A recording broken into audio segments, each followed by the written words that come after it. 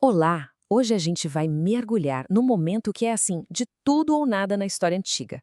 Pensa só, o líder Josué, já no finzinho da vida, reúne todo o seu povo na cidade histórica de Siquém. E ali, naquele lugar, eles precisam tomar uma decisão. Uma decisão que não só vai selar o destino deles, mas que vai ecoar por gerações. Vamos entender o que estava em jogo naquele dia. Para a gente entender bem esse momento, nosso roteiro vai ser o seguinte. Primeiro, vamos ver o cenário dessa reunião em Siquém. Depois, a jornada que levou o povo até lá. Em seguida, a gente analisa a escolha decisiva que Josué apresentou, como a aliança foi renovada e, por fim, o que significou o fim daquela era e o legado que ela deixou. Então, o palco está montado. Josué, um líder super experiente, não chama uma multidão qualquer. Não, ele convoca a nata da nação. Os anciãos, os líderes, os juízes, os oficiais. A estratégia dele é bem clara. Se a liderança estiver unida, a nação inteira vai seguir. A importância desse encontro, gente, era máxima. E o clima ali era de pura solenidade. O texto é muito específico, diz que eles se apresentaram diante de Deus. E essa frase, ela muda tudo. Não era só uma reunião política, sabe? Nenhum simples discurso de despedida. Era um ato de adoração. Um momento sagrado mesmo, onde cada palavra, cada decisão tinha um peso de eternidade. E aqui que Josué mostra toda a sua genialidade como líder.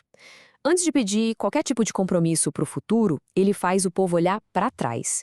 Ele ancora todo mundo na memória coletiva, naquela jornada que eles compartilharam, para que ninguém se esquecesse de como eles tinham chegado até ali.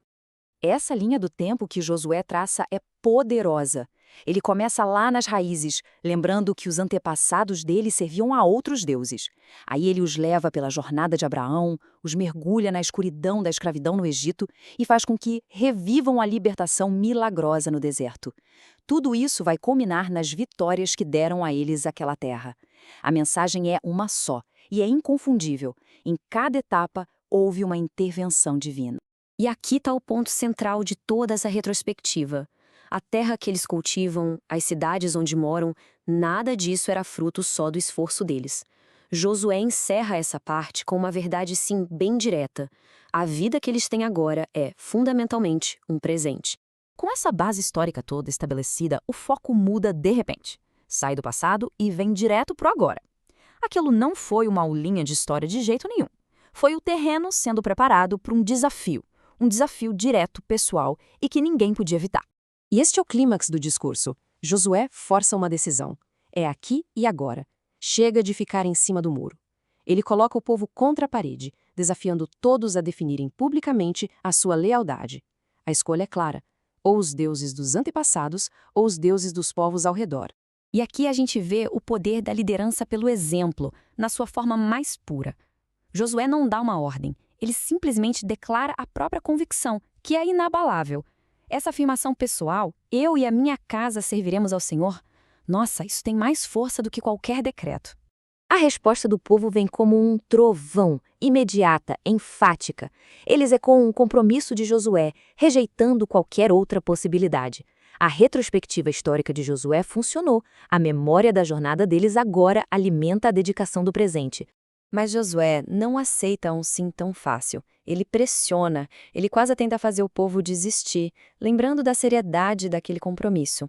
Ele não queria uma resposta emocional, sabe? Que passa rápido. Ele queria uma decisão consciente. E o povo não recua. Pelo contrário, eles dobram a aposta, se declarando testemunhas contra si mesmos. É um momento super dramático que realmente sela essa aliança. Bom, a decisão foi tomada e foi testada. Mas palavras, mesmo as mais fortes, o vento pode levar. E Josué sabia disso. Então o próximo passo era transformar essa promessa verbal em algo permanente, algo gravado na pedra e na memória. O processo para selar esse acordo é bem metódico e muito poderoso. Primeiro, uma aliança formal é feita. Depois, essas palavras são registradas no livro da lei, ganhando autoridade sagrada. E por último, para que ninguém jamais se esquecesse, um monumento físico é erguido ali, como testemunha. E essa pedra não era só uma pedra qualquer. Ela transformava uma promessa abstrata em algo real, palpável. Josué chega a dizer que a pedra ouviu cada palavra, personificando-a como uma testemunha silenciosa. Ela ficaria ali, para sempre, para lembrar as gerações futuras do compromisso que foi feito naquele dia. Essa aliança em Siquém foi, de muitas formas, o grande ato final na carreira de Josué. Com esse pacto selado, uma era inteira estava chegando ao fim, marcada pela passagem de seus maiores líderes e pelo início de um capítulo totalmente novo para Israel. O tempo passa, claro, e os pilares daquela geração começam a cair. Josué, o conquistador, morre. Eleazar, o sumo sacerdote, também. E, num ato de um simbolismo profundo, os ossos de José, que foram carregados por séculos desde o Egito, são finalmente enterrados na terra prometida. É o fechamento definitivo de um ciclo épico. E qual foi o resultado de tudo isso? Bom, aqui está o verdadeiro legado daquele dia em Siquém. O texto confirma: a aliança foi mantida, a promessa foi cumprida. Enquanto aquela geração de líderes esteve viva, o povo permaneceu fiel ao seu compromisso. A história da aliança em Siquém é, no fundo, sobre o poder de um único momento.